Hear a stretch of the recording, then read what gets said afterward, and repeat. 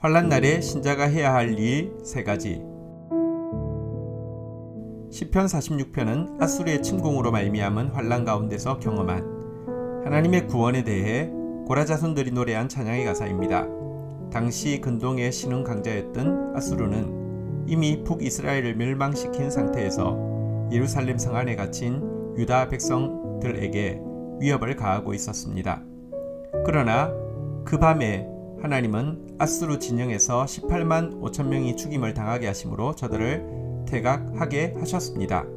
이 때문에 마틴 루터가 가장 좋아했던 시편이 바로 이 시편 46편이었고, 이 시를 배경으로 그 유명한 내 주는 강한 성이요 라는 찬송가가 탄생하게 되었습니다. 환난날에 신자가 해야 할 첫 번째 일은 피난처로 들어가는 것입니다. 시인은 1절에서 하나님은 우리의 피난처요 힘이시니 환난 중에 만날 큰 도움이시라고 선언하면서 이 시를 시작하고 있습니다. 여기서 피난처란 안전하게 숨을 수 있는 강한 성을, 큰 도움이란 쉽게 때맞춰 만나지는 도움을 의미합니다. 달리 말하면 시인은 하나님을 부지 중에 살인한 범죄자의 생명을 보호하기 위해 이스라엘 땅 어디서든지 반나절이면 도착할 수 있는 곳에 설치하게 하신 도피성이라고 부르고 있는 것입니다. 사실 유다가 앗수르에 의해 겪고 있는 환난은 히스기야 왕의 범죄와 무관하지 않습니다. 히스기야는 앗수르의 1차 침공 때 하나님께 묻지 않고 성급히 거액의 조공을 약속하고는 그것을 마련하기 위해 성전문과 성전 기둥의 금까지 벗겨서 앗수르 왕에게 주었습니다. 그리고 2차 침공 역시 하나님 대신 이집트 왕을 의지하고 앗수르를 배신함으로 자초한 일이었습니다. 하지만 히스기야는 자신의 범죄를 알기에 더더욱 도피성이 필요한 줄 알고 여호와의 전으로 들어갔으며, 그러자 하나님은 그에게 즉시로 큰 도움의 피난처가 되어 주셨습니다. 환난날에 신자가 해야 할 두 번째 일은 성령께서 주시는 평화와 교통 가운데 구원의 새벽을 기다리는 일입니다. 이제 눈길을 지존자의 성소가 있는 피난처 안으로 옮긴 시인은 그곳에 한 시내가 있다고 선언하고 있습니다. 한 시내가 있어 나뉘어 흘러 하나님의 성 곧 지존하신 이의 성소를 기쁘게 하도다. 사실 시온에는 시내가 없습니다. 하지만 앗수르의 포위에도 히스기야가 판 은밀한 수로를 통해서 물 공급이 이루어진 것처럼 하나님의 피난처에는 세상이 모르는 공급이 있습니다. 그리고 이 시내는 참된 생명을 공급하는 성령의 강을 상징합니다. 성령의 강은 잔잔합니다.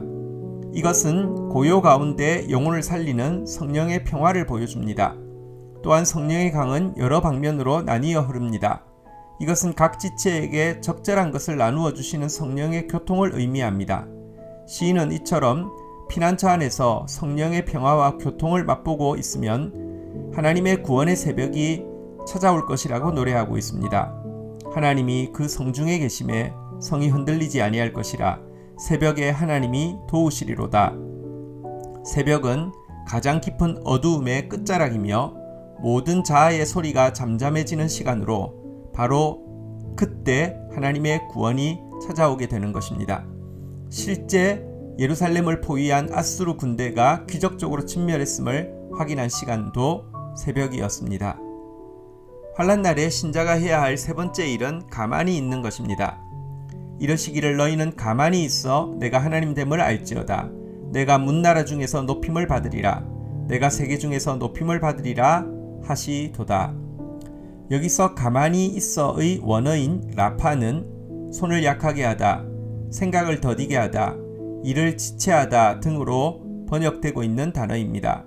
이 때문에 라파는 주로 대적들의 공격 앞에서 손을 약하게 하지 말라거나 하나님께서 맡기신 일 앞에서 지체하지 말라는 등 부정적인 상황에서 사용되는데, 여기서는 정반대로 긍정적인 표현으로 사용되고 있습니다.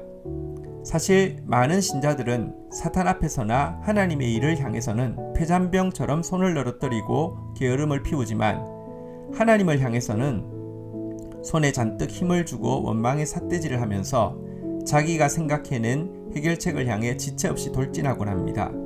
그런데 바로 이와 같은 불신앙적인 힘과 속도가 우리로 하여금 하나님의 놀라운 구원을 경험하지 못하게 만드는 원흉입니다.